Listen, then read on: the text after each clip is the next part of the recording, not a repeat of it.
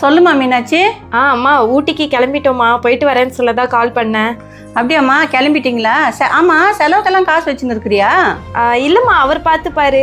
அதெல்லாம் போய் உனக்கு எதனா ஒன்று ஆசைப்படுறது ஒவ்வொரு முறையும் போயிட்டு அவள் மாப்பிள்ளை கிட்ட கேட்டுன்னு உக்காந்துக்கிட்டு இருப்ப.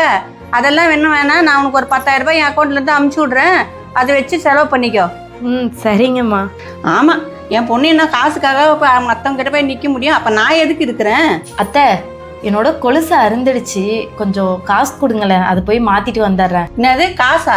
ஏன் அவங்ககிட்ட எதுவும் கேட்டு வாங்கலையே நீ? இல்லத்த, அவங்க கிட்ட தான் கேட்டேன். ஏதோ சேலரி ஃபுல்லா உங்கள்கிட்டயே கொடுத்துட்டேன், அதனால வாங்கிக்கோ அப்படின்னு சொன்னாங்க, அதான் கேட்டேன். சரி, அதுக்கு எதுக்கு 1000 ரூபாய்? ஏன் புது கோல்ஸை தான் போடணுமா? ஏன் அருந்ததை 10 வச்சு போடக்கூடாதோ? 200 ரூபாய் கொடுக்குறேன், எடுத்துன்னு போயிட்டு அதையே 10 வச்சு எடுத்துன்னு வந்து போட்டுக்கோ. அவங்க பொண்ணு ஊர் சுத்துறதுக்கு 10,000 ரூபாய் தரேன்னு சொல்றாங்க. ஆனால் நம்ம கொலுசு மாற்றலான்னு 1000 ரூபா கேட்டதுக்கு கொடுக்க மாட்டேன்றாங்க. இவங்கெல்லாம் மருமகளை மகளாக பார்க்கறது இல்லை, நினச்சி கூட பார்க்க மாட்டாங்க.